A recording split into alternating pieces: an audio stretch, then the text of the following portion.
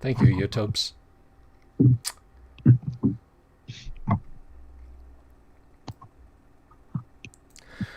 Good evening, everyone. How in the heck are you? Welcome back to the show. It's good to see you all again. I am your handsome, hirsute, happy host, Bill Sylvie. And of course, this is my awesome Antipodean co-host, Kyle Schuant, coming to us live from Australia. Kyle, how in the hell are you? Hey. Oh, good. It's a bit chilly here in the garage, but that's winter in Melbourne for you. Oh, yeah. At least it doesn't snow down here.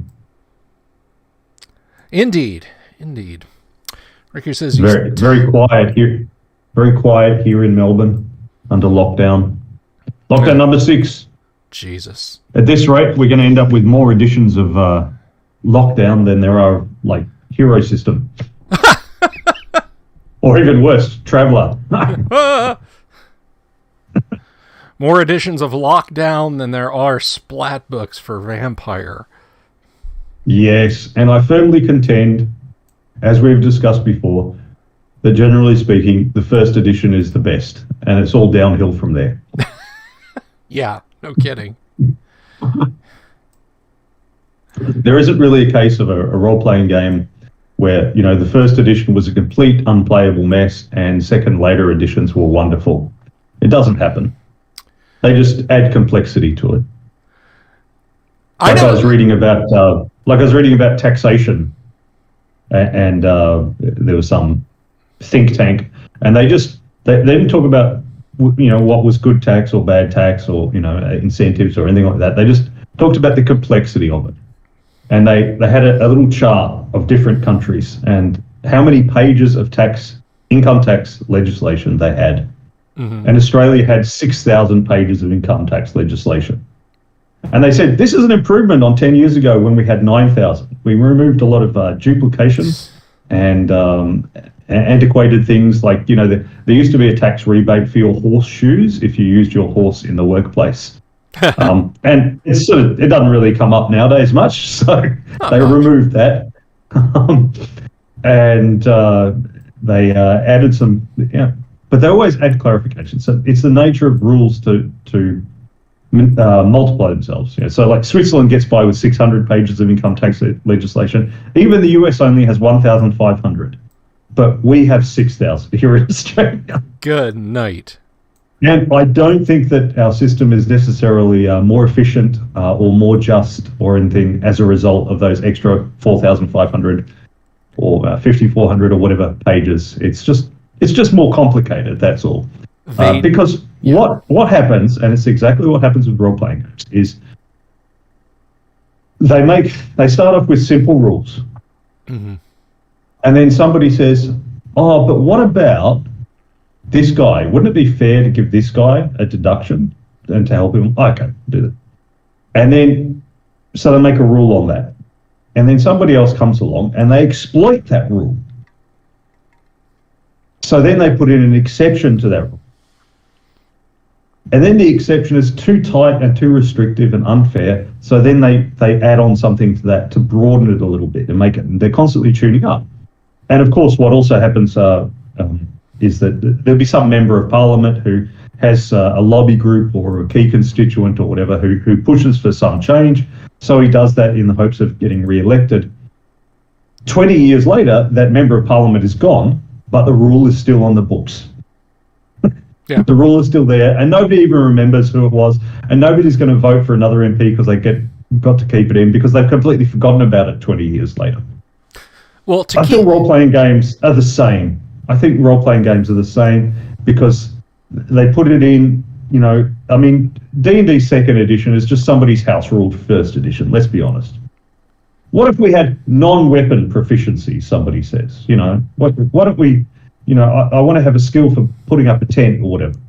So what should we do? And some dungeon master somewhere obviously said, well, we've got weapon proficiencies. We could have non-weapon proficiencies. And then maybe, wizards don't get many, and then probably, thieves don't get more. And, okay, I'll put, yeah. The second edition is just somebody's house-ruled edition, version of first edition. And that's why I had all those splat books. Oh, and another thing, and another thing. And the same thing happened with GURPS. And they just add to complexity. And it doesn't really make it better. No, it doesn't. And, you know, in probably one of the most self-aware... For our younger set, or the folks that came along a little bit later, once upon a time, I would have been the last person you would have found lambasting Games Workshop the way I do. Now, as a good little capitalist, I think it's great that Games Workshop wants to monetize everything. If they can figure out a way to sell you individual sable hairs, a stick, and a flat piece of tin in a make-your-own brush kit that costs 5 times what it would cost you to go to the art store and pick up a brush, they do it. But that doesn't mean I have to like their approach to their fans from a legal standpoint. So you may find this surprising that I say that once upon a time, Games Workshop was a good company run by gamers who really enjoyed creating things for gamers. And at that time, in a way that, let me tell you something, and I say this as a foreigner who had next to no contact with them. But in the 80s and 90s, well, 70s, 80s, and 90s, really, the British understood and embraced sarcasm and irony in a way that no nation has since, and I don't think any nation ever will again, especially not Great Britain, where it's illegal to tell certain jokes now. And in the game Warhammer 40K, they had entire rafts of lore that dealt with the operation of the Imperium of Man's machinery. Now understand, when you talk about an ages-spanning game, I mean, 1,000 years ago, folks, where I'm sitting right now was verdant forest that had never been seen by anyone. I don't mean by anyone white. I mean anyone. You know, oh, well, what about the Seminoles? The Seminoles weren't from here originally. Okay, 1,000 years ago, there was nothing. That was a long-ass time ago. Warhammer 40K spans from what they call the Dark Age of Technology, which is about 1,000 years from now, till the year 40,000. So when you talk about individuals shrinking to insignificance, unless you're the Emperor or one of the Primarchs or a Demon Lord, yeah, you shrink to insignificance.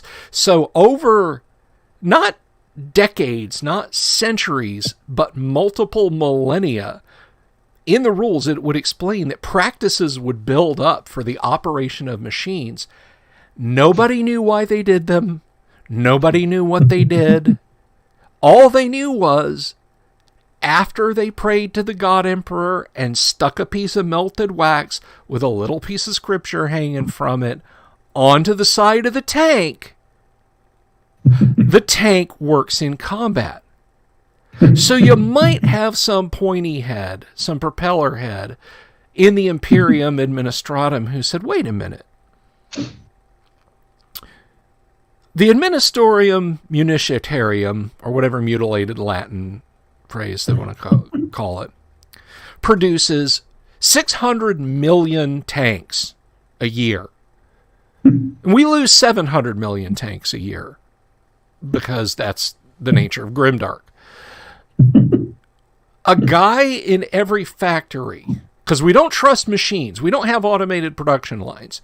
It's like 1930s U.S. steel mills putting these tanks together, right?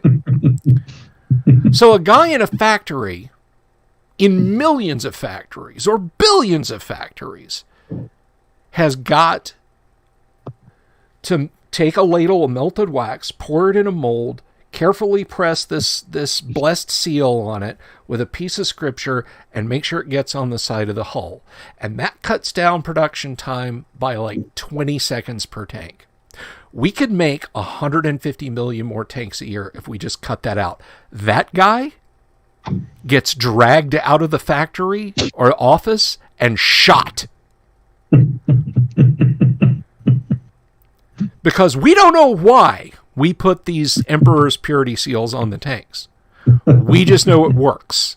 And it's kind of like, and they understood government bureaucracy, again, in a way that only Britons of the 70s, 80s, and 90s, Gen X Britons basically, could understand government bureaucracy and the super duper inefficient ways. I mean, the macro cannons on Imperial dreadnoughts, the giant, like, if you ever go online and look at it was an understanding from earlier in Britain. I think it started with Parkinson's laws, written in the 1950s, where he wrote all about bureaucracy and how it just grows and grows and grows. Yeah. It gets more complex, and so it's from him that we get things like work expands to fill the available time. Yeah, and they really and he has a little chart showing how as the number of capital ships that Britain had in the Royal Navy went down,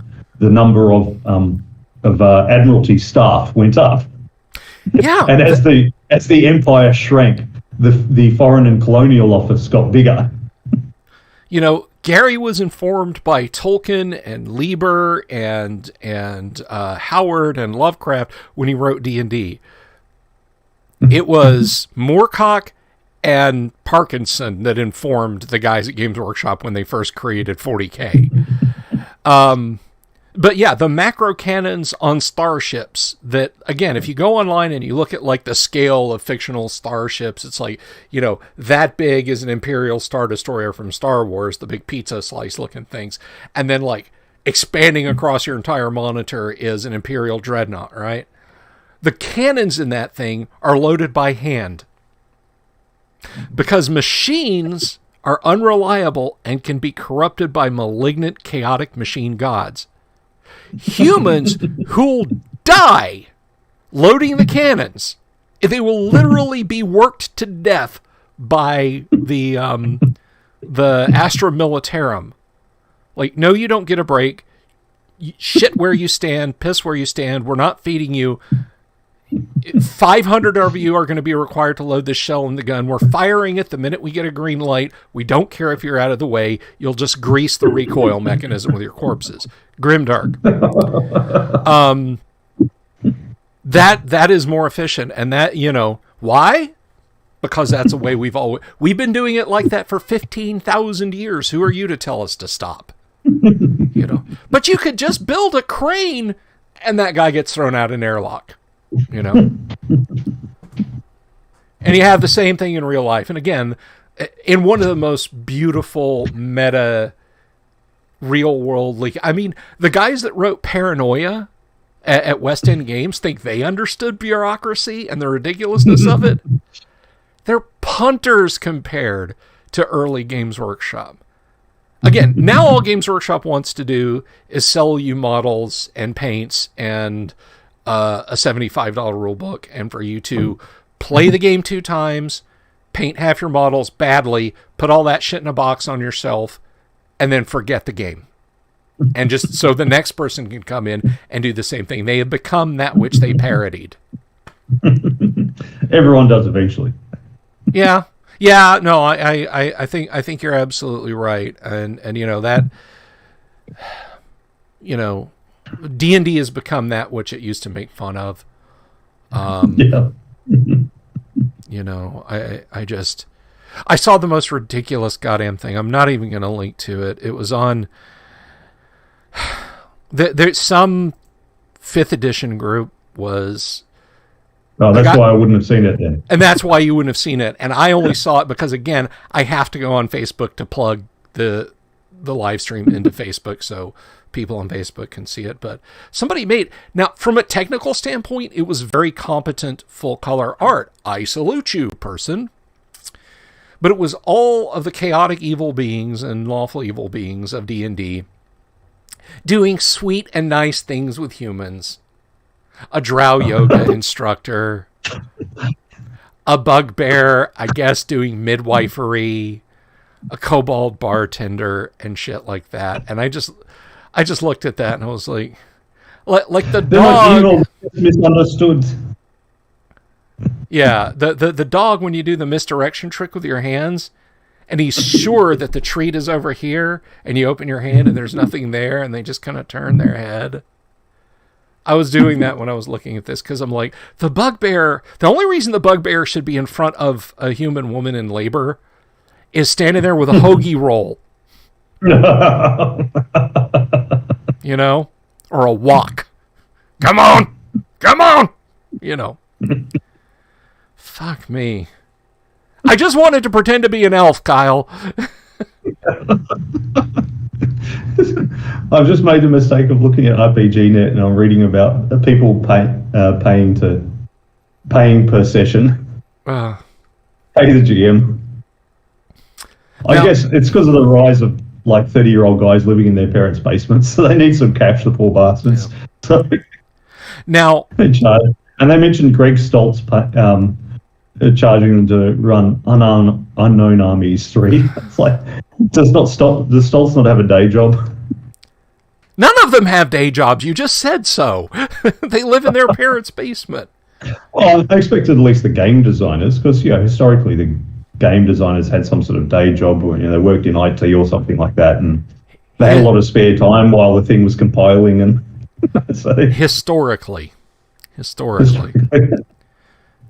I mean, nowadays their jobs are activist. Well, okay, so you're an activist. That tells me that you've got a lot of, you probably, you got. I think it's important. It's good to be an activist and try to improve society, but it doesn't put dinner on the table. What puts your dinner on the table? It's like.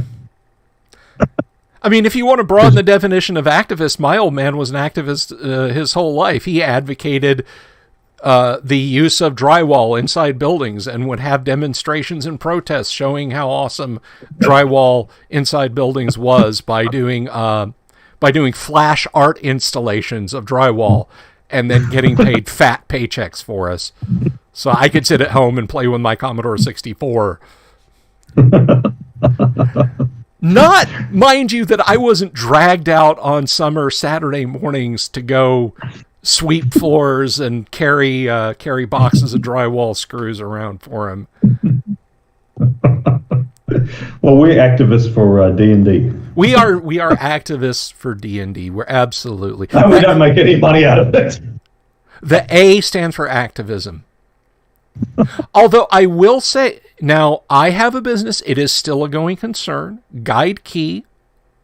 I will absolutely DM a corporate event as a team building exercise. I did it last summer for Amazon, and they absolutely loved it. If you want to know more, you can ping me in the chat. You can email me. But that's not the same thing as, I'll come over to your basement and run a game for $30. Yeah, it's a corporation for team building for people who wouldn't normally game. That's a bit of a different thing. Yeah. It's like the difference between having dinner with your friends and working in a restaurant. I'm not going to charge my friends for dinner. Yeah, no. Invite people around for, Sunday night dinner, and okay, that'll be $15 each, guys. Yeah. And I think Ricky... I'm not going to charge, but if I go to a restaurant, that's a bit of a different thing, so... Yeah. Yeah. I mean, it's like if I was just Joe bumped into you on the train down in Melbourne and said, I got this spare tire I'm carrying around, can I come over to your gym and, at least to turn some of it into muscle? Obviously, that's a paying gig. But, if you lived up here in Longwood, Florida, you're not going to, come over to my house, knock on my door and say, hey, Bill, let's go for a run. Oh, okay. But first, give me $20. Because you won't want to give it to me afterwards. No, you're goddamn right. But I think Ricky makes a good point here, just in that same vein. He says, I tutor and would be loved to pay to DM. That's just making money for what I enjoy. Sure. Absolutely. I mean, if you can get that kind of gig, but we're talking about like that kind of DMing, I think, not that kind like what you're talking about, Ricky, but like what Kyle is talking about is like a step above panhandling. You know, it's a cardboard sign. Will DM for $20. Yeah. So, hello, Michael Connor. Hail lobster to you too. Hail lobster. Hail lobster. I don't know, but it sounded good. It sounded like a good thing at the time. I hope Jack didn't leave. He said taxes later. I hope you're still out there listening, Jack. Oh God, we took too long to get to the punchline.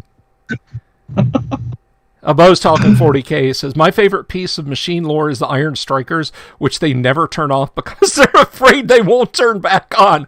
As an IT guy,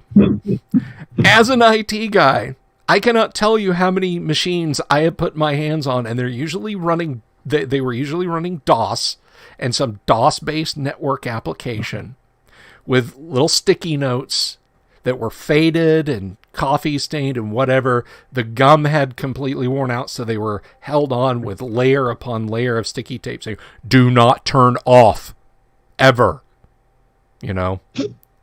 So yeah, that holds true. Apparently in the distant future, they never turn them off.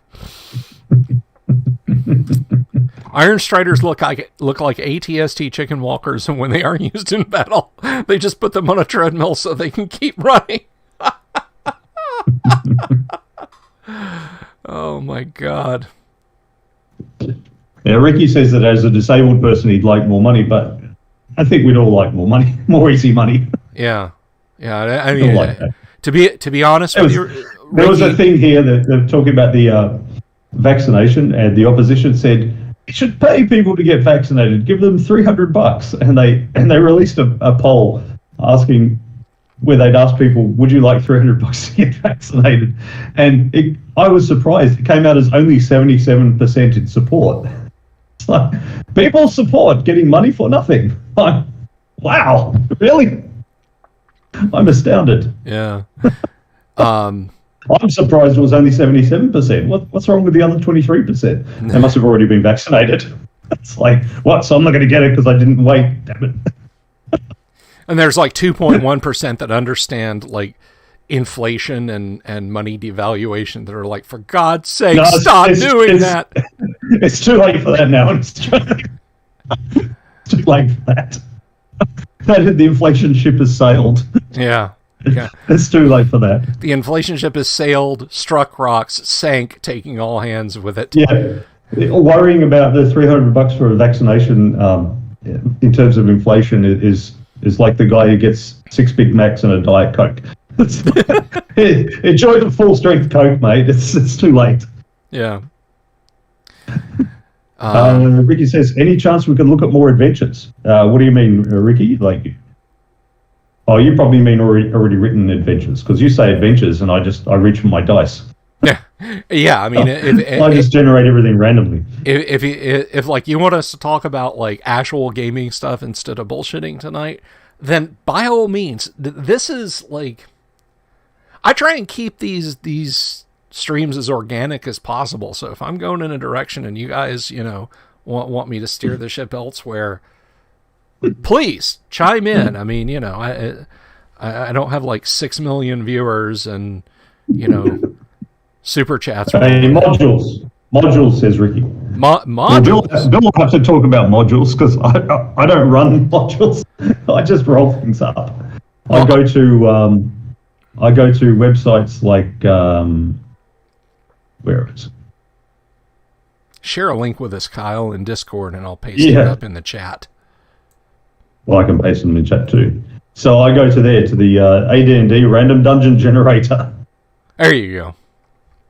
And the first one's come up, the Prison of Zepu. Oh, it's a random. Okay. Construct. Thoughts on D1 to 4? I will tell you, if you're talking about D1 to 3, the Descent series, I really want to run them one day. I have run the G1, 2, 3 several times. A couple of party wipes, and we had a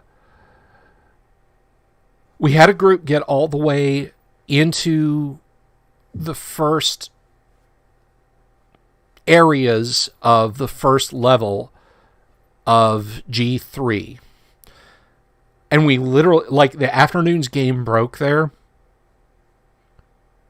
And the group just drifted apart. Now, I don't know if that was my bad DMing or what, but basically the game came to a pause, and it was like, hey, so-and-so's having problems at home. This guy's got to work that Sunday. These guys can't make it. You know, Colleen's taking care of the Rosemary was an infant at the time, you know, so she's colicky. So it's just like, oh, okay, well, it'll be, you know, and we were gaming every other week.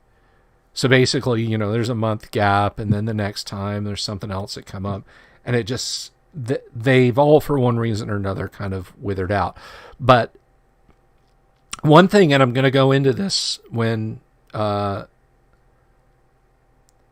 in the future, when we're talking about the Dungeon Masters, and I don't know, Kyle, and I'll ask you about this in a minute, but when we get further into the Dungeon Masters Guide, we're going to talk about essentially getting your masters in DMing, and the master's course is successfully running D1, D2, and D3, and I don't mean that in a snarky or sarcastic way. D1, D2, and D3 are an enormous challenge to DM. Not in that they're badly written or that they're poorly organized. They just require a high degree of DMing acumen.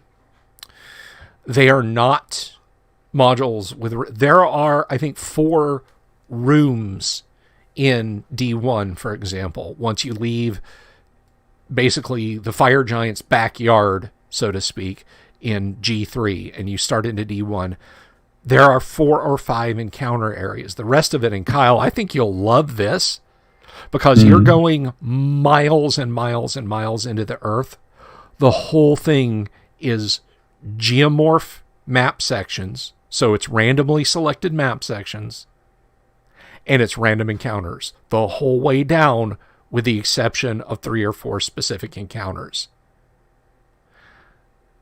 D2 has similar properties, but D2 kind of has an end game in that at that point you're in the Shrine of the Kuatoa, which are basically deep ones from Lovecraft.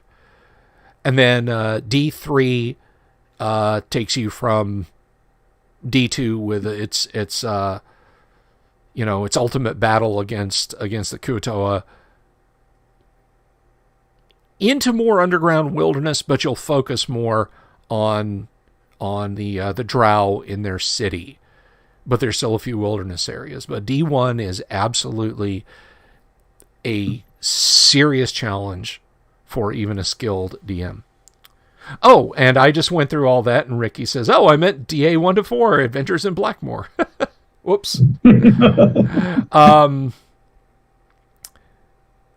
Okay. Now, I have Temple of the Frog in supplement to Blackmoor for original D&D, but I have never played those. They always look fascinating to me, Ricky, and I may take a look at them one day, because, as you may or may not know, Blackmoor is coterminous with a couple of different campaign worlds. It exists in Greyhawk. It exists in its own time and place, and it exists in the Mystara campaign. So Blackmoor is a place where if you want to get interdimensional and throw in some high tech, not in S3 Expedition of the Barrier Peaks, into your game, Blackmoor is a great place to start. And yes, Temple of the Frog is dope. So, the thing that I was going to mention to you, Kyle, I think I already did about the randomness of D1. I mean, you could probably run D1 like in your sleep, just as like a high level thing, because I mean, you're basically, I'm a huge fan of the George Powell, Journey to the Center of the Earth film with, lots of actors and actresses. I've just gone blank trying to think. I know George Mason was one of them. Hello, I'm George Mason. George Mason is in it, and basically, if you need inspiration for what Descent into the Depths of the Earth is like, Go watch Journey to the Center of the Earth. I think Gary probably took a lot of inspiration from it. Well, you know my thing, Bill. I'm going to regale these poor bastards listening in with it. Good, I want to hear it. Which is that you start with random stuff, and then you try to tack the random stuff together in some vaguely coherent way, and you stick it together with bits of plagiarized glue. So the example that I always give, that Bill is horribly familiar with, is how we came up with the Ape Cult. I was just rolling up a random dungeon. I love the Ape Cult. I was rolling up a random dungeon. I think I was using an online tool. And it just happened that this dungeon, so I'd rolled up a random encounter of like the 30 to 300 bandits. And okay, the bandits need a lair. Even if the players don't find it, the bandits need a lair. So I rolled up a dungeon, and I kept rolling until I found one that had a big main room. And I made it mixed so that it had some worked corridors and some random cave and all the rest. So it had this big, mostly empty room. Okay, that's where they camp out. They come in just immediately outside and they camp out there. And there's further dungeon inside. And then I looked at the rest of the dungeon and what had come up. And basically, every second room was a carnivorous ape, man-eating ape. And being a reader of the good old Howard Conan stories, a lot of his stories had a man-eating ape that Conan would usually end up wrestling and straining his mighty thews in fighting. And just real quick, what is it in Conan the Destroyer? The wizard that he fights in the mirror room turns into a man-eating ape. Yes. They even kept it in. So I thought, what the hell are these bandits doing down there with a man-eating ape? And then I remembered, okay, when you look at the monster manual and you look at the men section, so there's men, cavemen, bandit, brigands. Okay, bandits will always be led by an 8th, 9th, or 10th level fighter with 6 guards of the 2nd level fighting ability and a lieutenant of 7th. For every 50 bandits, there is a 25% chance that there will be a magic user of 7th, 8th, 9th, or 10th level. And for every 50 bandits, there's a 15% chance that there will be a cleric, 5th or 6th level, and an assistant of 3rd or 4th level. So I rolled that up and I got a cleric and a magic user. And I thought, okay, what's the most warped, stupid thing that I can do here? And I thought, okay, maybe they worship the man-eating apes. And there's a cleric of an ape cult. And of course, my mental image was James Earl Jones as Thulsa Doom with his ape. So, you know, 2 bananas coming together over a black sun, black moon. Magnificent standard. A few years ago, it was just another ape cult. Now they're Wicca towers are everywhere. Why Wicca? I don't know. It's just, because it's stupid. Why not? Because it's stupid. So they're worshipping ape. And so that's why they're doing banditry as well as for the usual loot. But to capture people and enslave them and occasionally feed them to their ape gods. So the players came in and fought, and so of course, you know, he's a magic user cleric, so he's got charm person and all that sort of useful stuff. And so then it became, my son, you have come to me, my son. He's trying to do the old charm person. And he ended up, when I played it through, he ended up charming one of the fighters in the party.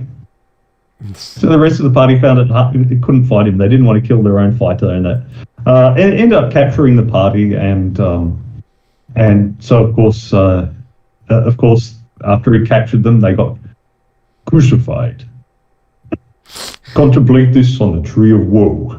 Crucified. Yeah. Crucified. Yeah, and then the bandits went off to do raid or whatever, and then the PCs rescued each other, and they were chasing They're chasing the bandits, and they ended up going to the city, and where there was a Wicca tower, and setting fire to the Wicker Tower and getting in trouble with the city guards and everything. And yeah, and it was just insane. And so I've had an Ape Cult in all my campaigns since. And that only came about because I rolled the dice. I just let the dice fall where they may, and then I tried to make sense of it. And it was a useful dungeon too, because there was the main room, and then there was the worked area where the apes were, and then behind a secret door there was a caverns area, and then that led on to more worked area. So I went, oh, secret door. Okay. Well, what's further beyond? And there was a lot more treasure further beyond, and there were skeletons and stuff. And so my reasoning was, because I'd always said in that area that there used to be dwarves, but they'd long gone extinct or been wiped out by orcs and things like that. So further into the dungeon were the ruins of where the dwarves used to live. So that's why there was treasure and undead and so on. So it was a deeper dungeon within. And so the bandits were also there because they were trying to find a way into the deeper dungeon, and they just hadn't got through the secret door because they're a bunch of bandits, and they've got the guy who's busy with his insane ape cult instead of adventuring properly. But that's why they're bandits. So they were a wonderfully evil group, and with a chilling cry of ook ook, the apes were upon him. And actually really terrified the players because the man-eating apes, when they attack you, if they successfully grab you, they rend, they go, arr, arr, arr, yeah, like that. And that really freaked the players out. It was hilarious. So, so they made a good villain, and I think it also fulfills. I'm not a big one for the morally ambiguous and the twist and all the rest, that's crept into modern games and stories. I like the evil guys to be evil. So then the players can feel good about sticking a sword in their guts. It's yeah. No more. I don't want moral ambiguity. Obviously the evil guys don't think they're evil, and they will rationalize what they do if the players give them a chance to talk about it. But there should never be any doubt that it is just a rationalization for all the nasty shit that they like to do, because that way the players get to feel good about who they kill, and they get to have more dramatic scenes. I mean, everyone wants to chase down the main villain, the big bad guy, while they're having a cannibalistic orgy, and to sweep in and push the split pea and hand soup over and set fire to the place and hit people with their sword and all the rest. Everyone wants to do that. Yes, without a doubt. The and I have to say that Kyle's Ape Cult has polluted the space-time continuum. Right about the time he unveiled the Ape Cult to me, I guess it would have been back in 2013 or so. Yes, it was that long ago, Kyle. He's sitting there. I'm sitting at my computer, which is on the other side of the studio, and in the table in between, you guys have seen it on camera before. This is my gaming table. I was building out, because I have enough Dwarven Forge to do it, I was building out the upper works of A2, Secret of the Slaver's Stockade, which is a massive fortress. It's partially haunted. Parts of it are patrolled by evil humanoids, but the main entrance to the place is basically watching over it, sitting on the ledge of the roof, looking down where they'll get their round of surprise, because gotta keep the players on their toes, are 4 carnivorous apes. And I just happen to have in a box of D&D minis that someone gave me 4 carnivorous apes, and I stacked the minis out there amongst the highly detailed Dwarven Forge bits, and I took a couple pictures and I sent them to Kyle, and I said, "Your ape cult is spreading. Ook ook." And imagine, go on. I was just going to say, imagine my shock, my absolute, just it rocked me back on my heels. There is a guy. He's an animator. He is literally one person aside from his actors and musicians. When it comes to production, he is it. And his production company, his project company, whatever, is called Gorgonaut. Gorgonaut. You can check out his website.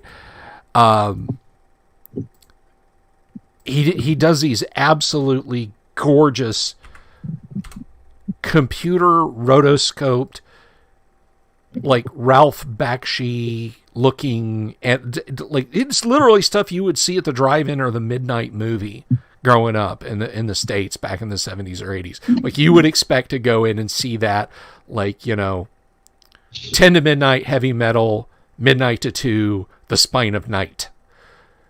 So he's kind of got this loose universe of stuff. And I watched Exordium was the first cartoon, and it's amazing. It is straight up Dungeons and Dragons influenced. I even talked to the guy about it, and he said, yeah, we play D&D as kids, and it's definitely, and so I start looking at his other stuff, and again, he's got many short animations woven together. Well, his chief bad guy is a high priest of an ape cult. I'm not making that up. If you go watch it, if you go to Gorgonaut.net and watch his series of videos, watch Exordium first. It's the best. But if you watch his videos, yeah, the bad guy is an ape leader of an ape cult. It's nuts. It's like Kyle is polluting the space-time continuum, or Kyle's ape cult is polluting the space-time continuum. So yes, the ape cult exists in my world of Greyhawk, and that is the power of taking something like a random dice roll, which is just going to produce chaotic, stupid results, and putting your thumbprint on to so many experiences. Now, the Gorgonaut guy. Yeah, like I said, you take these random things that get rolled up, these random elements, and you have to stick them together. You stick them together with the glue of plagiarism. Yes. Don't try to be completely original. Now, Ricky says he tries to make his stuff with not so much levity. So I want to have a caution here. So I'm mentioning the funny, stupid parts because that's what we do here on this stream. But it was quite scary. It was quite scary for the players, and they did take it quite seriously because these ape cults were evil guys doing horrible things. They had a hollow brass statue of an ape, and they used to roast people alive in them. That's just how the apes like their people cooked. They roasted a brass statue. And so it was quite terrifying for one of the players when their character got stuck in there. So these were evil guys. They did bad things. So the players felt, they had to take them down and arrest. So we, of course, just mentioned the funny parts, not so much the horrible parts. There is a right amount of levity. I'm not fond of the modules in the games that are deliberately stupid. Like, I never liked Paranoia. I felt you don't need to build stupidity in the game system because the players will bring their own. It's just not necessary. And if you try hard to be funny, it won't work. You just let that stuff arise naturally in play. So, yeah, like I never liked, what was it, Through the Looking Glass or whatever, that Gygax one where it's Alice in Wonderland or whatever. And I thought that was just stupid. I hated that. Yeah, Land Beyond the Magic Mirror. And I got to tell you, I have a full collection of Gygax modules. Land Beyond the Magic Mirror and Dungeon Land are not amongst them because I'm like you. I don't like them. I feel like the humor is forced. Yeah. And, you can, players can create levity in the frigging Tomb of Horrors. Yes. Yeah. It's like you find in Tomb of Horrors, there's literally one of the most terrifying things in the Tomb of Horrors is not the mouth with the sphere of annihilation in it. That's scary on its own. But And the illustration for it is amazing. I've shown it on the stream before, but it's a gem sitting in a room.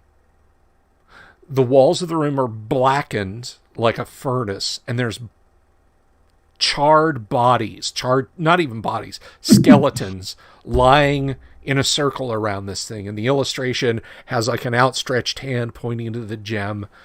And I mean, it gives you all of the signals, do not touch, you know? But the players like, do not. There's a sign above the red button saying, "Do not press the red button." Do not press the red button. And you know, do not touch the poisonous wet paint. It's it lives up to you know, like I say, what it says on the tin in Tomb of Horrors is it's horrifying. That's like Amityville horror level scary, you know. It's like, oh, I'm going to go down in the basement of our new, oh God, you know, and you see that. The last time I ran Tomb of Horrors and the players encountered that, they didn't touch the gem, but one of the players said, "You said the walls are covered in soot?" And I said, "Yeah."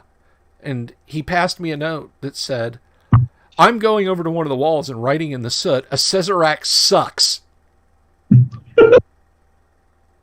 And I said, okay. I mean, here's a completely like nightmarishly frightening scene, and he injected some levity into it. But if Gary had written in the module, players can feel free to write funny things in the soot on the walls if they want to, for great comedy effect, I'd have been like, that's dumb. I'm never doing that. I'm never telling the players they can do that. But the players brought the comedy, you see. Yeah. You'll let the players do it.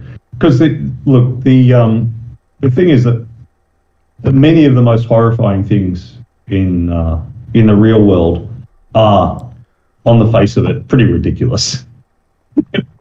Yeah, like that crazy Austrian dude who locked his daughter in a basement for years and raped her and had children with her and stuff. It's just insane. It's just so stupid and insane, but it's really horrifying. Yeah.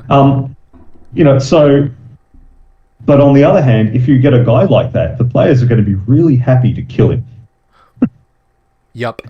Yeah, the orcish Joseph Fritzl, they want to take that guy out, and they will feel good about it, and the XP is just a bonus. They would do it even if there's no XP in it. I mean, I was just going to say, I don't know if you remember, Kyle ran myself and Aurora Williams through a pretty good, I thought, it's lasted like 4 or 5 weeks, game of FGU's Aftermath. And we came across a guy who'd been living in his, his survival bunker, his end of the world bunker. Collecting women. Yeah, collecting women. And he'd been going Joseph Fritzl on them. And we eventually just we tried to play it cool and tried to disarm him. And, just like he wasn't buying it. He wasn't biting on our little bits of skullduggery, and finally we just tackled him, took his shotgun away, and said, you've been raping and torturing these. No, you didn't even say anything to him. Oh yeah, no. It's time for you to go now. Yeah. That was it. But I mean, our mindset was, you got to go. You got to go, and he got his. So yeah, there are some creatures and people in the world that just need to be put down. And there were ape cultists in that game, I should point out. In the ultimate, I can't remember his name. There were sentient apes. Sentient apes, but come on, that's where ape cults lead eventually. First, it's Coco. Sentient apes. Well, I know how this works. First, it's Coco Pretty Kitten. Then it's ape cults, and at the ultimate end of it, it's Planet of the Apes. We all know how it goes, Kyle. Well, I tried to put all the post-apocalyptic things in. So there'd been some global warming, and there'd obviously been some sort of global war, and there were sentient apes, and there were also they'd been brought back not dinosaurs but like diprotodons and stuff, all the old megafauna from Australia's history, because it was set in Australia, and there were also robots, killer robots out there. Yes. So I tried to put all the stuff in. And all the nightmarish stuff. We didn't have zombies in that, but this was years ago. This was before every second movie and TV series and role-playing game was about zombies. Yeah, it was. I mean, I think at that point, the big pop culture impacts of zombies were, in order, the Left 4 Dead series from Valve, which is actually how I met Aurora, playing Left 4 Dead Online. And actually, that's not true, but that's for another time. When I get Aurora on the show, we'll talk about that. But in Land of the Dead, George Romero's long-awaited next zombie film in the early 2000s. That was it.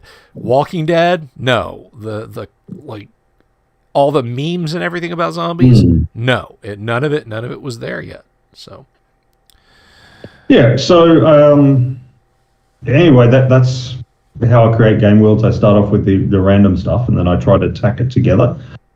Sometimes I'll come up with elements. So I found an old thread where I said, if you play computer games, think of it this way: don't try to design a main quest line, just design the side quests. Because so often game masters will try to do that main quest line, and players, being players, get interested in something else and drift off to that other thing.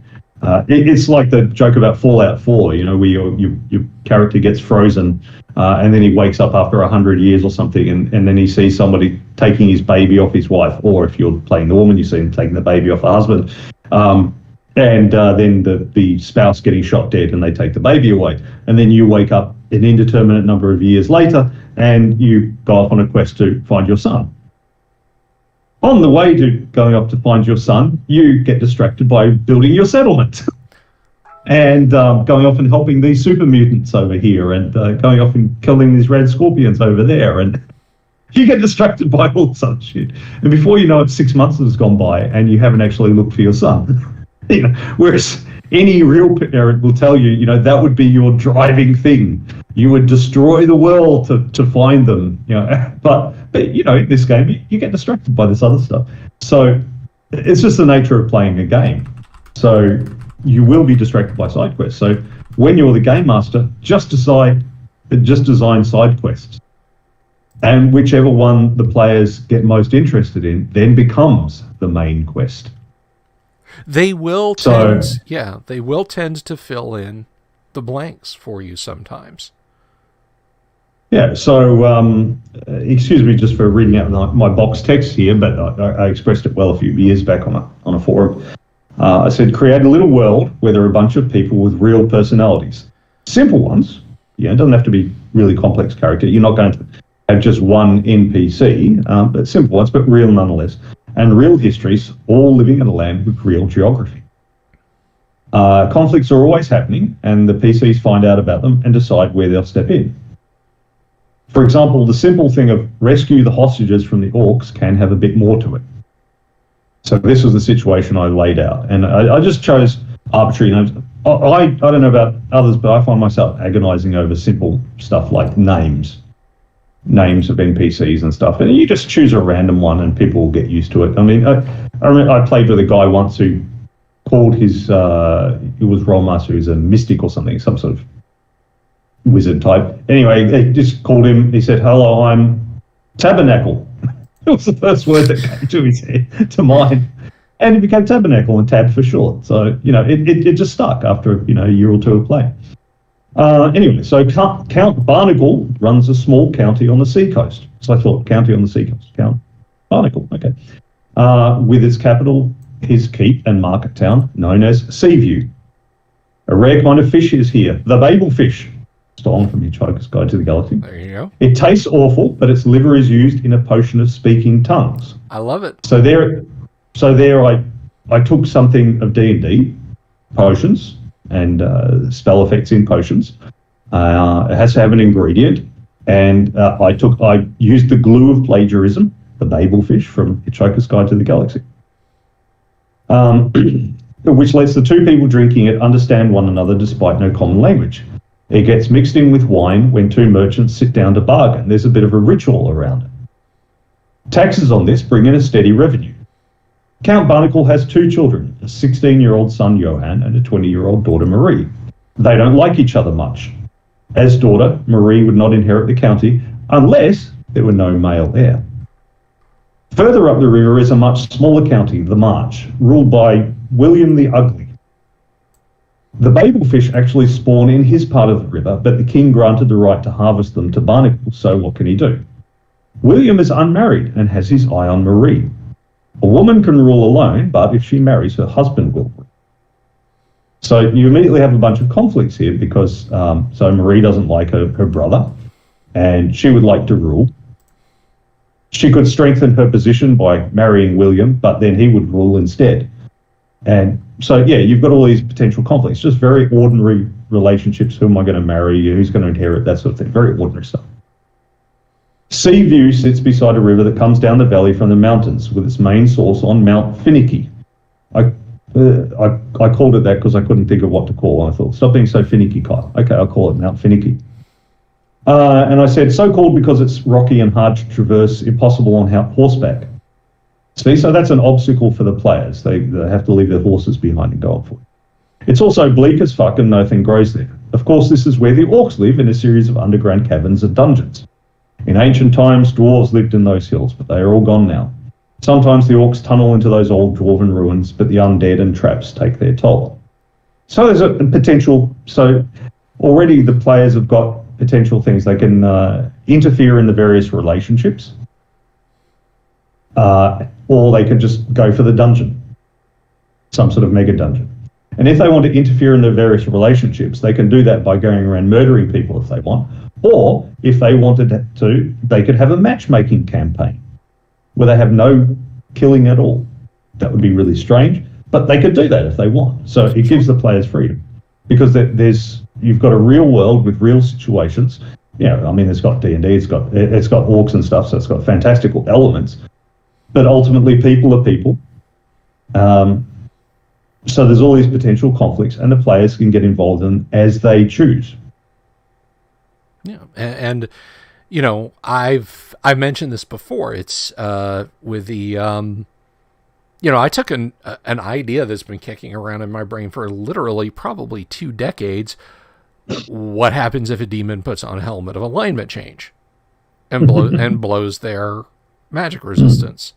Okay, they're lawful good, but what happens? And this was literally a throwaway idea, and it's such a cool creative thing that I'm kind of going down a rabbit hole on, and it's opened up a lot of opportunities for the party. It's less location and more person driven, and I certainly don't want to I don't want the players to feel like, okay, I've set the hook and now I'm going to start reeling and you guys have got to come in this direction because I have this important NPC whose life is now should be the focus of everybody in the party. That's to be avoided. But it just gives me a lot of options. And I do want to jump back just a little bit because I have to, part of the same story. She got to the prime material plane through the spell Gate, which has to be cast by somebody who then, says, I call you forward, name of creature, and they hear it and they go through the gate. Well, she's down in the abyss trying to hide her lawful goodness. Somebody opens up a gate. She hears her name called, jumps through at first opportunity, and it's a chaotic evil magic user. And I never gave the guy a name. Just chaotic evil magic user. In all my notes, it's chaotic evil magic user, chaotic evil magic user, chaotic evil magic user, bad magic user, evil magic user, big bad evil guy. And the other day, on one of my favorite Discords that I like to visit, which is for myself and other fans of the University of Alabama's football team, Roll Tide, somebody was talking about our schedule and how it might change under certain conditions, and how we could end up playing Texas A&M University or South Carolina. And typically in football shorthand, you abbreviate Texas A&M University with TAMU and South Carolina with S.CAR. Well, I had my evil magic user's name right there, Tamuscar. So now my chaotic evil magic user has a name, Tamuscar. Not nearly as cool as an Ape Cult and Dwarven Caves, mind you, but I just wanted to back up what Kyle was saying with the idea that, yeah, you can just take random bits like that. Sometimes they're funny, sometimes they're not, and just, you can bring them together. You can bring them together for good times. Yeah, so I've got the setup there, and then I start getting things in motion, right? Because players need a kickstart. So if you just present players with that, not much will happen. There has to be something already. It has to start in media res, right? There has to be already something happening. Players show up. So I said the Orcs recently had a new chief come to power. He killed and ate his predecessor. Like they do. Stonefish. Bagalog Stonefist. One day, one of Stonefist's raiding parties took a young woman, Sally, who was the daughter of Barnacle's engineer, Harold. From her, he got an idea. Why not get Harold to help digging into the dwarven ruins? So one day, his Orcs captured a work party working on a bridge over the river and took Harold prisoner, right? Because the Count's got his engineer up there working and building bridges and stuff. And so that's why they get grabbed and raided, captured, and all the rest. So now the Count wants his people rescued, and especially his engineer. Well, how's his son going to feel about this? Well, his son, Johan, wants to prove himself. He's a 16-year-old boy. He's probably brought up as a fighter. He wants to go and rescue captives. He wants to prove himself, right? Barnacle is considering sending 50 of his men-at-arms to deal with the Orcs, with Johan leading them. Marie, Johan's older sister, argues that it would be better to send a small group of adventurers, but Johan doesn't want to be associated with rabble. However, Marie strongly urges that Johan go out into the wild, facing hundreds of Orcs with a small group of armed people. Can you think why Marie, who can only inherit if Johan perishes, might advise this? About her brother. Don't exactly require Game of Thrones level skullduggery there. Yeah. No, the party must travel through the march to get to Mount Finicky, by the way, and will need to stop for rest and provisions along the way. The river sometimes floods and there are rock falls along some of the passes. It would help to have a local guide from the march. Count William would be glad to provide one. Oh, I will provide a guide for Johan, who would inherit the county if his father dies, and if he doesn't, would not. And then his sister would inherit instead, and his sister would need a husband. Yes, I'll provide a guide for Johan. You can also think, will Chief Stonefist mistreat the engineer Harold, or will he pay him well and give him access to captured wine and food, or women, if Harold is interested? So maybe the guy they're rescuing doesn't want to be rescued, the engineer. And willing or not, will his advice help the Orcs have better defenses against assault? Because he might be a willing captive and prepare really good defenses, which makes it tough for the player characters. Or he might be an unwilling captive who deliberately sabotages everything, so that as soon as they hit the right spot, all the defenses and the walls and everything just collapse down. It could go either way. So let's say the PCs go in and kill some or all of the Orcs and rescue the prisoners. Did they save them all or not? Because they might save Sally, but not her engineer dad. They might save the engineer, but not his daughter, and he might collapse into grief and, Will this change how the various nobles feel about it? Will the PCs want to go in and explore the deeper dwarven ruins themselves? and so on and so forth. So you can create real people with real motivations and real geography, and conflicts will naturally pop up. People don't live in perfect harmony all the time, whatever that song said. And the PCs can get into all that. On the other hand, they could just charge on into the ruins, kill things, and take the stuff. It's up to them. So I'd say think side quest, not main quest. Yep. In computer games, it is what it is. You can't do anything about that. In tabletop games, a main quest is just a side quest that went on longer than expected. Yep. I mean, this game that I'm running, people are like, oh my God, you run a game with 12 players? Yeah, I run a game with 12 players. Of course I do. This game started as, not everybody can make it tonight to continue on with A2, guys, so let's put the brakes on that for now, and we'll just quickly roll up some characters, and I don't know, I'll use the sample dungeon out of the Dungeon Master's Guide. And two of the characters are originals from that, and they started as first level characters that night. And one is an 8th level fighter and one is a 9th level fighter. And everybody else, their characters have either died and they've had to create new ones, or they came in later into the campaign. But yeah, that was one night of can't make it, or don't want to run the main campaign tonight because some people can't make it, and I didn't want to spoil it for them.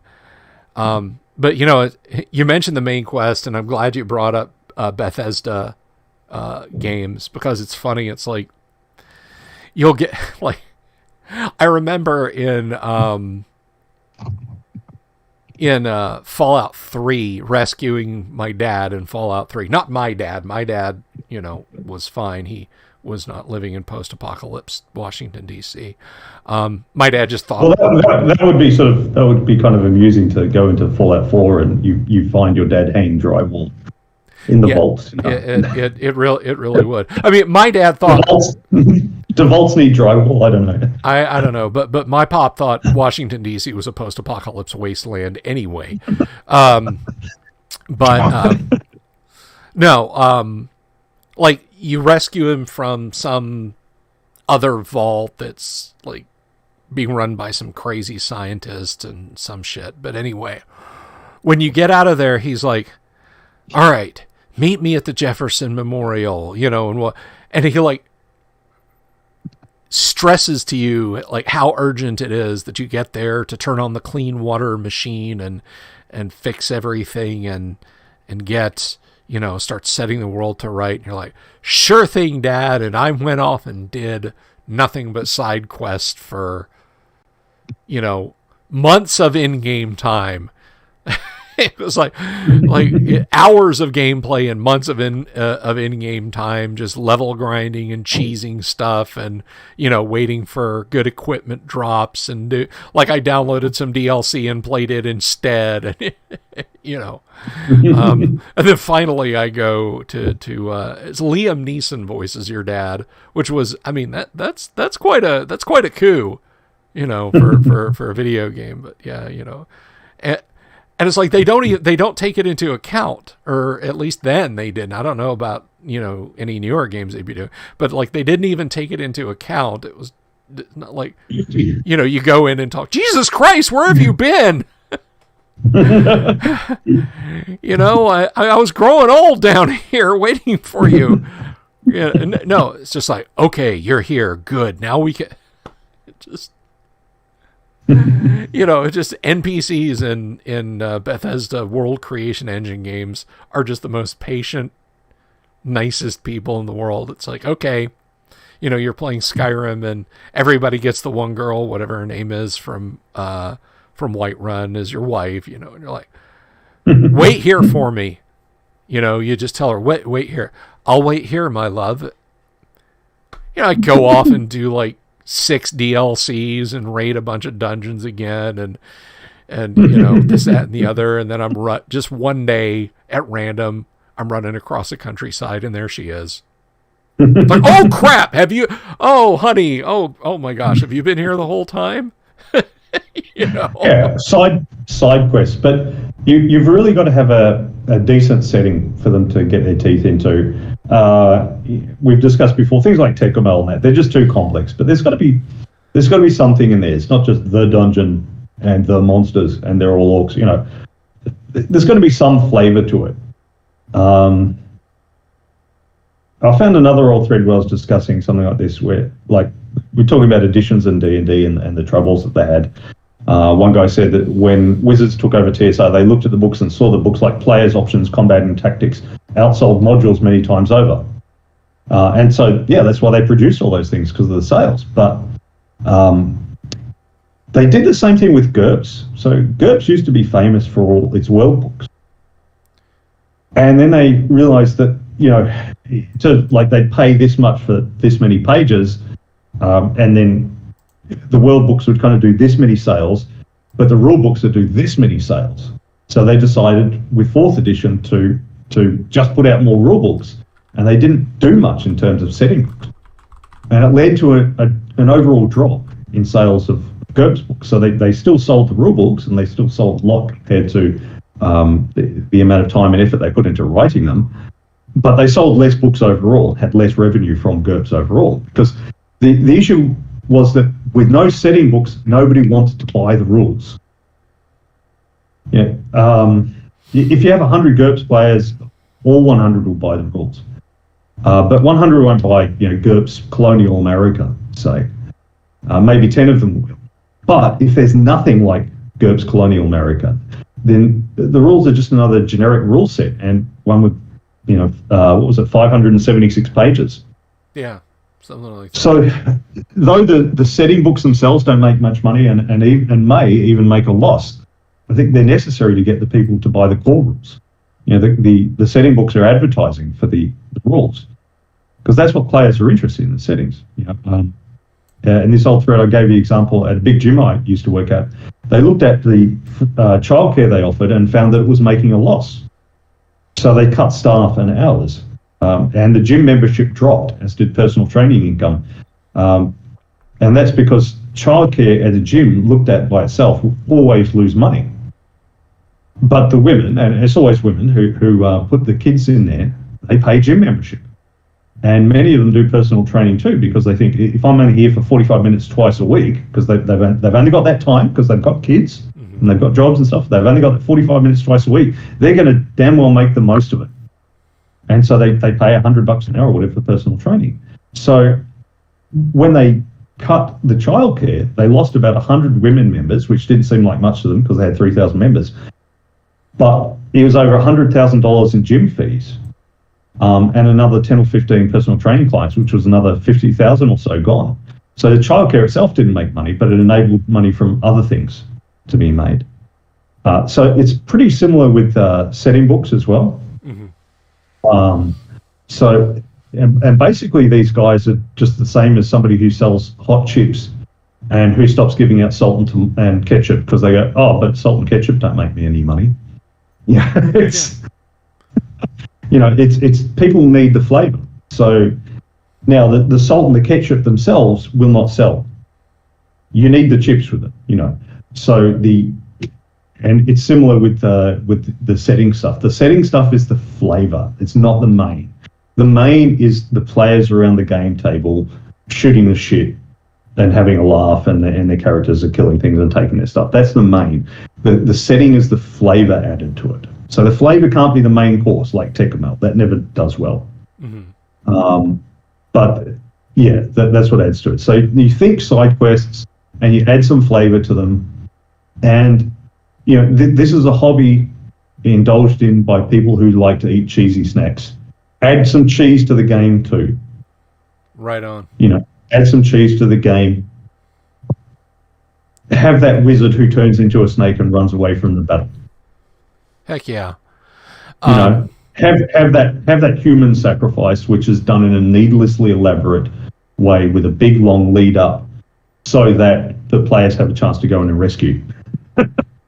Have the cheese. Have silly names. Have a Count Barnacle. Have an Ape Cult. You know, have one other thing. Oh, I don't know. But just add the cheese. Don't be afraid to add the cheese. Yeah. One thing, back when you could actually talk to people at Wizards of the Coast, they would actually post on Usenet, on Rec Games FRP D&D. Or it may have been Usenet. It was prior to the globe coming down with terminal social media. Social media prior to around 2007, which I think was when Friendster or MySpace first rolled out, was email. That was it was email, or the then new web forums, or Usenet was still kind of sputtering to its dying collapse. But they would engage occasionally. And I remember somebody from there, it may have been Ryan Dancy, I don't know. But the question came up about modules because, even to the end, TSR was putting out modules. And their comment was, well, modules don't make money. Modules just don't make money. And I just kind of scratched my head at that. And I don't know how true that is or is not. That may have been code for they don't make enough money. We would rather 3 people buy a Dungeon Master's Guide at $39.99 than 5 people buy Return to Back to the Tomb of Horrors Part 2 Ravenloft Forgotten Realms edition at $19.99. And I can certainly understand the logic in that, but there's a lot of people who were associated with TSR back in the day. And understand, folks, we're not going to have an economics discussion where Kyle explains price curves and stuff like that to me. I'll stop him before I let that happen. But well, we did taxation earlier. We did tax, and I think unfortunately I think we lost Jack. I think Jack fucked off, but no. Everybody who worked at TSR, even if they didn't have hard numbers back in the heyday of AD&D, and that may be coloring it a little bit, because in the heyday of AD&D, there really wasn't a lot more. I mean, yes, by the time AD&D hit, you did have more role-playing games, but still, it was the 800-pound gorilla, there's the Ape Cult again, in the room. But I've heard sales figures of north of 250,000 copies of the first pastel cover print run of Tomb of Horrors being sold. And other TSR employees I talked to was like, yeah, printing modules was like printing money. So I wonder if the takeaway that WotC got, if they saw this line doing this as we start in 87 or 86 or 87, when they, wash Gary right out of their hair. If the question was not, do modules sell, but do good modules sell? Yeah. Because everybody talks about Tomb of Horrors. There has been Tomb of Horrors for every edition of Dungeons and Dragons. They have gone back to that well over and over and over. The most jaded, Gygax was a heel, D&D is better off without classic D&D influence. Types have signed off on S1 Tomb of Horrors getting an update for the new edition. It's in 2nd edition, it's in 3rd edition, it's in 4th edition, and now there's a version in 5th edition. But with that said, show of hands, how many people out there fondly remember I-8, Module I-8? Can you even tell me what the title of it is without going to look? Do you have memorable stories about playing I-8? or running through Die Vecna Die. No, everybody talks about the Tomb of Horrors when the DM had to say, okay, do over, because everybody lined up and ran into the Sphere of Annihilation. Or made it all the way to a Sazerac's crypt and, did the transmute rock to mud trick to cause a Sazerac skull to sink into the plinth that it's sitting on, and then dispel magic, and then grabbed all the shit and ran. Everybody has those stories about Tomb of Horrors, not so much the shovelware that TSR was putting out that led to them being in such a dire state that they had to get bought by Wizards. So I wonder if Wizards' takeaway wasn't, if they just didn't look at the stuff that was selling and say, if we make really good quality modules, people will buy this. People will start buying modules again. It's like, so after the thread where I put the Count Barnacle, setup, one guy's first response was, all he said was, "This setup is better than any module Wizards of the Coast has ever written." Now, I don't know if that's true, but the point is, somebody has said that, so that says to me that Wizards is lacking somewhere. Yeah. I mean, if this thing that I came up with in 10 minutes on a forum, a few years back, it is better in his eyes, then there's something lacking. And I think what is lacking, we've talked about before, is that it's basically adolescent geeky enthusiasm. It's like that episode where we talked about a Raven C.S. McCracken and World of Cinnabar and how I went to see him in Seattle. No, guys, I didn't do a pilgrimage strictly to see him. I was doing something else there, and I added that visit in. And the guy was like this crazy guy in his 50s and that, but crazy in a good way. Crazy enthusiastic about all things gaming and geek. Mm-hmm. And he just had enthusiasm. So this is why, even though nobody plays Cinnabar, people talk about it fondly. They read the books and they have a laugh because there's so much enthusiasm, geeky enthusiasm in that. Yeah. And I think that is what's missing. And this is the reason that the first editions of games generally get it pretty right. And subsequent editions are either not really much of a different edition like Call of Cthulhu. It's fundamentally the same. Or they change things and it kind of blands it out. It's watering it down and making it more bland and less flavoursome by adding complication to it and stuff. It's because the first edition, someone wrote it because he loved it. That was my advice that time I was on Ishiro's show, and we're talking about game design, and I said, the average new book in the US, well, there's 4 million published annually, and there's 693 million sales in the US of all books. And so that means less than 200 sales per book on average. So you don't write because you expect to be read, you write because you have something to say, even if it's just telling a joke or whatever, writing up a module. So if you have that geeky enthusiasm, that will get across to the reader. It's evocative stuff that you read this description and you can imagine what it's like in play and you want to play. So if I say there's an evil cult that wants to enslave people, that doesn't tell you anything.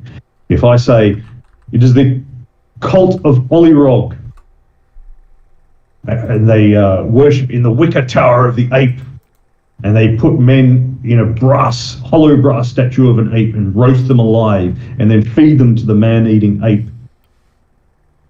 That's evocative. You've got mental images, and you also more desperately want to stab the bastards too. Yeah.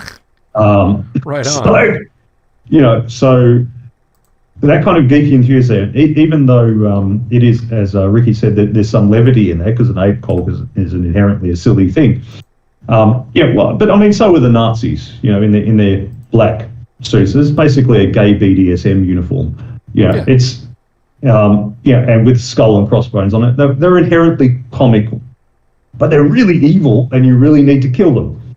So a bit of levity is not incompatible with a more serious game and with the bad guys being really bad and so on. So,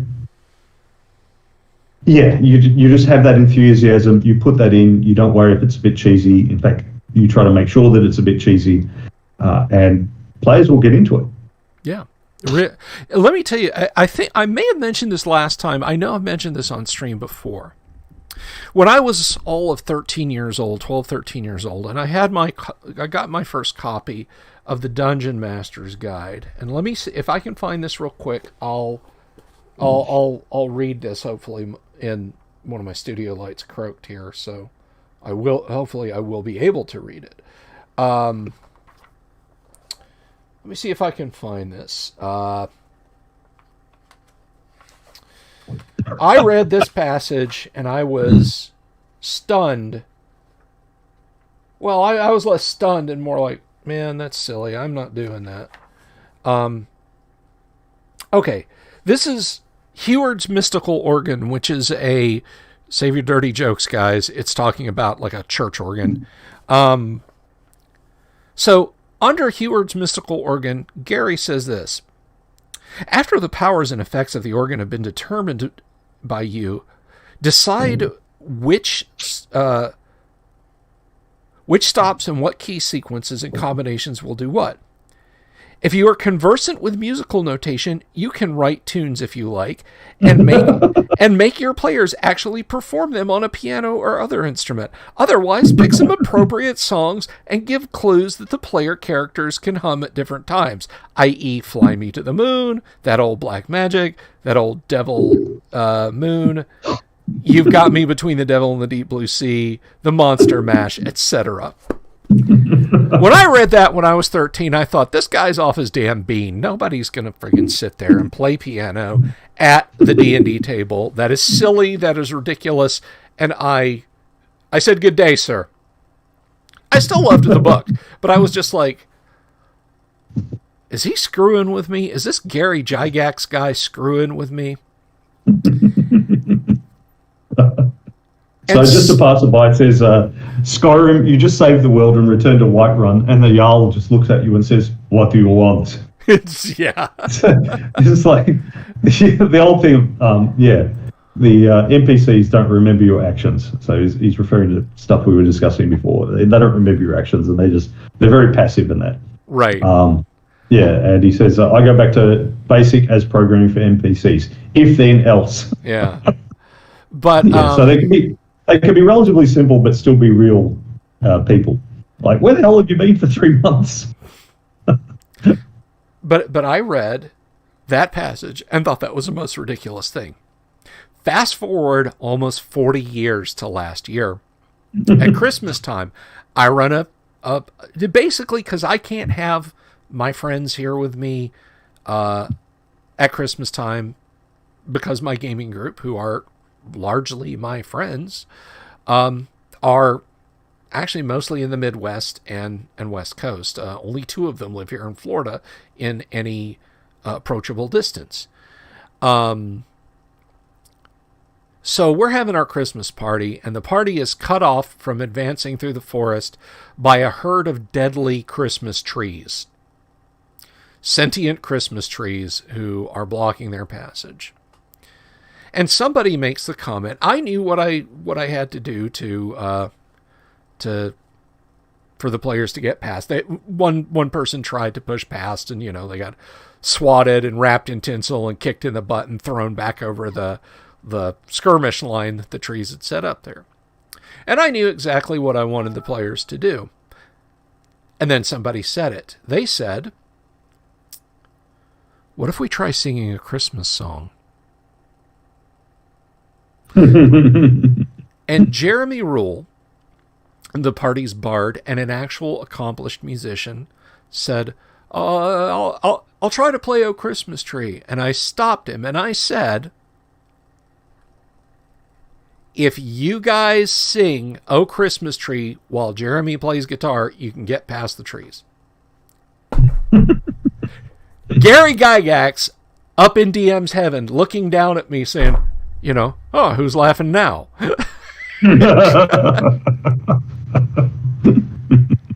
And I will point out one other thing real quick before I forget this. You're talking about stories to tell.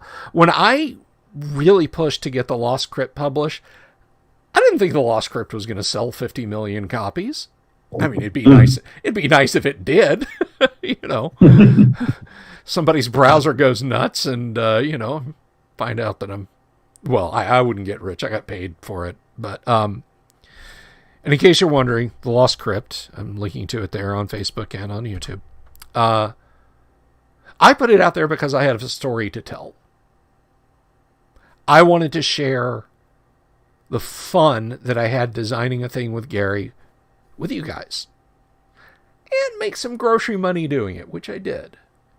But that's it. That's the, you know, there's your 200 people reading that particular book. That's probably what the sales are like on it, right?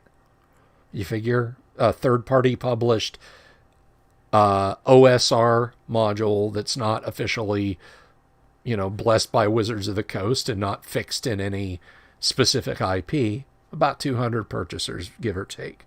So, yeah, you're absolutely right, Kyle. That's just me backing you up. And yes, pimping my stuff. So,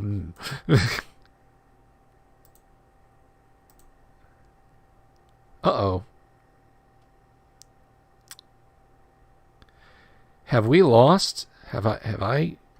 Uh-oh.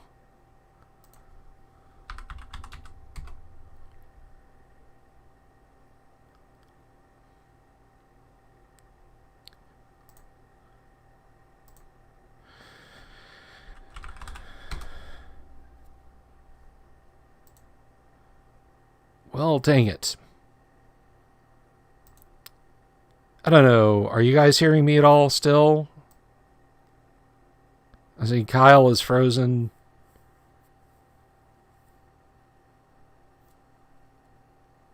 All right, if anyone out there can still hear me, let me know. Anyone at all.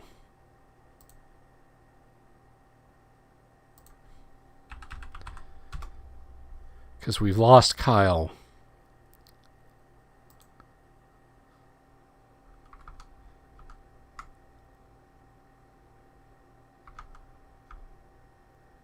Let's see here. So bring up the YouTube link.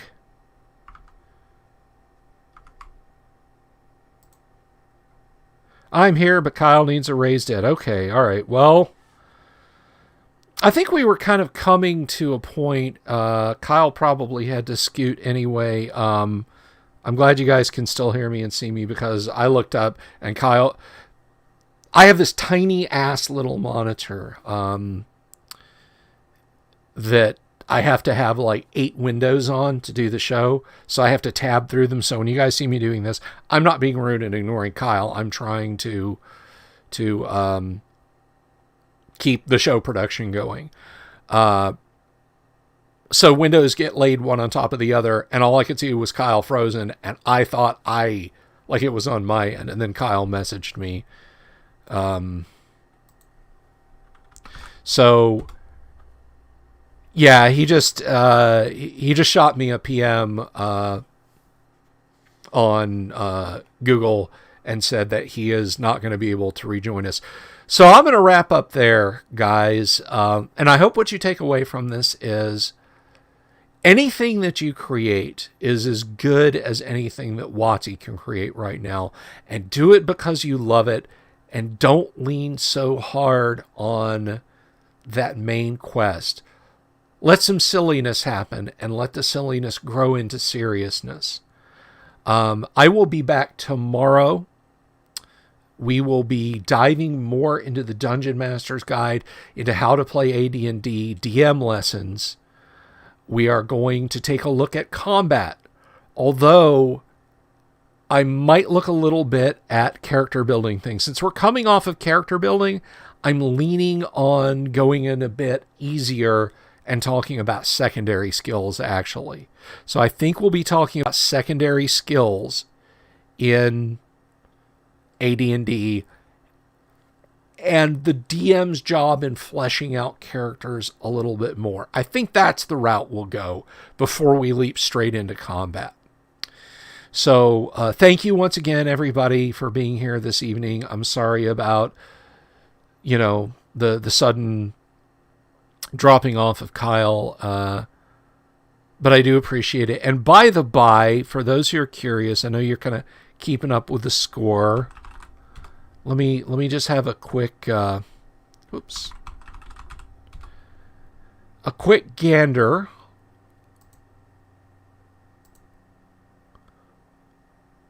$755 subscribers. Welcome, new subscriber. Thank you for joining us. We're getting closer to the stated goal, 1,000 subs, Minicon. So get out there, get your friends to subscribe to the channel, click that like button if you like the video, click subscribe, click the bell icon, leave some comments down below, and I will see you guys all tomorrow morning. I love you all. Be well, take care of yourselves, and have an absolutely fantastic evening, guys. Stay safe.